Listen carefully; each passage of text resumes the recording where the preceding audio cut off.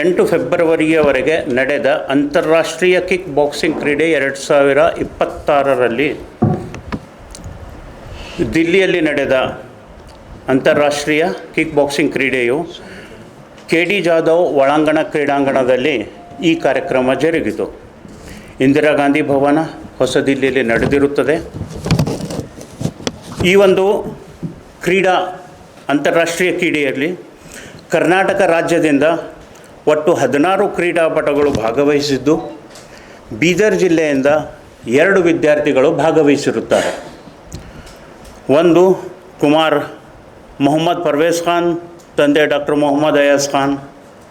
ಎರಡನೇದಾಗಿ ಕುಮಾರ್ ನಿಶಿತ್ ಸಾವಳಗಿ, ತಂದೆ ದಿವಂಗತ ರಾಜಶೇಖರ್ ಸಾವಳಗಿ ಬೀದರ್. ಈ 2 ಕ್ರೀಡಾಪಟುಗಳು ತಮ್ಮ ಪ್ರದರ್ಶನವನ್ನು ಅಂತಾರಾಷ್ಟ್ರೀಯ ಮಟ್ಟದಲ್ಲಿ ಪ್ರದರ್ಶಿಸುತ್ತಾರೆ.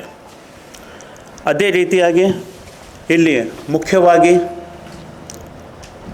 ಕುಮಾರ್ ನಿಶಿತ್ ಸಾವಳಗಿ, ತಂದೆ ದಿವಂಗತ ರಾಜಶೇಖರ್ ಸಾವಳಗಿ ಅಂತಾರಾಷ್ಟ್ರೀಯ ಬಂಗಾರದ ಪದಕ ಪಡೆದು ಬೀದರ್ಗೆ ಹೆಮ್ಮೆಯ ವಿಷಯವನ್ನು ತಂದುಕೊಂಡಿದ್ದಾರೆ.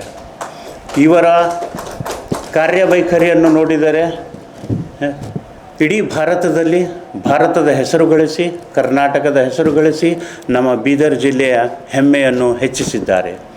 ಇವರು ಅಂತಾರಾಷ್ಟ್ರೀಯ ಕಿಕ್ ಬಾಕ್ಸಿಂಗ್ನಲ್ಲಿ ಬಂಗಾರದ ಪದಕ ಪಡೆದು ಬೀದರ್ಗೆ ಹೆಸರು ತಂದುಕೊಟ್ಟಿರುತ್ತಾರೆ. ಅದೇ ರೀತಿಯಾಗಿ ಎರಡನೇ ಕ್ರೀಡಾಪಟು ಬೀದರ್ ಜಿಲ್ಲೆಯ ಕುಮಾರ್ ಮೊಹಮ್ಮದ್ ಪರ್ವೇಜ್ ಖಾನ್, ತಂದೆ ಡಾಕ್ಟರ್ ಮೊಹಮ್ಮದ್ ಅಯಾಜ್ ಖಾನ್ ಇವರ ಮಗ ಅಂತಾರಾಷ್ಟ್ರೀಯ ಕಿಕ್ ಬಾಕ್ಸಿಂಗ್ ಪ್ರದರ್ಶನದಲ್ಲಿ ಬೆಳ್ಳಿಯ ಪದಕವನ್ನು ಪಡೆದು 2ನೇ ಸ್ಥಾನವನ್ನು ತನ್ನದಾಗಿಸಿಕೊಂಡಿರುತ್ತಾರೆ. ಇವರ ಒಂದು ಕಾರ್ಯವೈಖರಿ ನೋಡಿದರೆ ಸಹ ಭಾರತ ದೇಶದ ಹೆಸರು, ಕರ್ನಾಟಕದ ಹೆಸರು, ಬೀದರ್ ಜಿಲ್ಲೆಗೆ ಹೆಮ್ಮೆಯನ್ನು ತಂದುಕೊಟ್ಟಿದ್ದಾರೆ ಎಂದು ಈ ಸಂದರ್ಭದಲ್ಲಿ ಹೇಳಲು ಬಯಸುತ್ತಿದ್ದೇನೆ. ಅದೇ ರೀತಿಯಾಗಿ ಈ ಒಂದು ನಮ್ಮ ಅಂತಾರಾಷ್ಟ್ರೀಯ ಕ್ರೀಡಾಕೂಟದಲ್ಲಿ ದಿಲ್ಲಿಯಲ್ಲಿ ನಡೆದಿದ್ದು, ಈ ಒಂದು ಬೀದರ್ ಜಿಲ್ಲೆಯಿಂದ ಕ್ರೀಡಾ ಕೋಚ್ ಸುವಿತ್ ಎಸ್ ಮೋರೆ ಅವರು ತಮ್ಮ ಕಾರ್ಯವೈಖರಿ ತುಂಬ ನಿಭಾಯಿಸಿದ್ದಾರೆ. ಅದು ಅಲ್ಲದೆ ಇವರ ಜೊತೆಯಲ್ಲಿಯೇ ತಂಡದ ವ್ಯವಸ್ಥಾಪಕರಾಗಿ ನಾನು ಡಾಕ್ಟರ್ ಮೊಹಮ್ಮದ್ ಇಮ್ರಾನ್ ಸೈ ಸಹ ಉಪಸ್ಥಿತರಿದ್ದೇನೆ. ಇವರ ಕಠಿಣ ಪರಿಶ್ರಮ, ಇವರ ಹಣಾಹಣಿ ನೋಡಿದರೆ ತುಂಬ ವಿಸ್ಮಯವಾಗಿತ್ತು. ಇಷ್ಟು ಹೇಳಿ ನನ್ನ 2 ಮಾತುಗಳನ್ನು ಮುಗಿಸುತ್ತೇನೆ. ಎಲ್ಲ ಪತ್ರಿಕಾ ಬಾಂಧವರಲ್ಲಿ, ಮಾಧ್ಯಮದವರಲ್ಲಿ, ವರದಿಗಾರರಲ್ಲಿ ಮತ್ತು ಯೂಟ್ಯೂಬ್ ಚಾನಲ್ಯವರಲ್ಲಿ ಎಲ್ಲರಿಗೂ ಸಹಕರಿಸಬೇಕೆಂದು ಕೇಳಿಕೊಳ್ಳುತ್ತೇನೆ. ಕರ್ನಾಟಕದಿಂದ ಟೋಟಲು ಅದು ನಮ್ಮ ಕೋಚು ತಮ್ಮ ಅನಿಸಿಕೆಗಳಲ್ಲಿ ವ್ಯಕ್ತಪಡಿಸುತ್ತಾರೆ.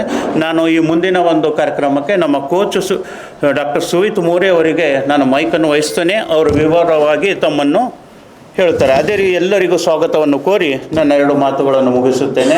ಕ್ರೀಡಾಪಟುಗಳು ಬಂದಿರೋದು ಮುಖ್ಯವಾಗಿ ಇಲ್ಲಿ ವಿಷಯ ಏನಂದ್ರೆ, ಪಾಕಿಸ್ತಾನನ್ನು ಹೊರತುಪಡಿಸಿ 12 ದೇಶಗಳು ಈ ಒಂದು ಕ್ರೀಡಾಪಟುಗಳಲ್ಲಿ ಬಂದಿದ್ದರು. ಯಾಕಂದರೆ ಪಾಕಿಸ್ತಾನಕ್ಕೆ ಹೊರತುಪಡಿಸಿ ಅವರು ಈ ಕಾರ್ಯಕ್ರಮ ಮಾಡಿದ್ದಾರೆ. ಭಾರತದಲ್ಲಿ ಪಾಕಿಸ್ತಾನದವರಿಗೆ ಅವಕಾಶ ಕೊಡಲಿಲ್ಲ. ಇದು ಭಾಳ ಮುಖ್ಯ ವಿಷಯ. ಅದು ಜೈ ಹಿಂದ್, ಜೈ ಕರ್ನಾಟಕ.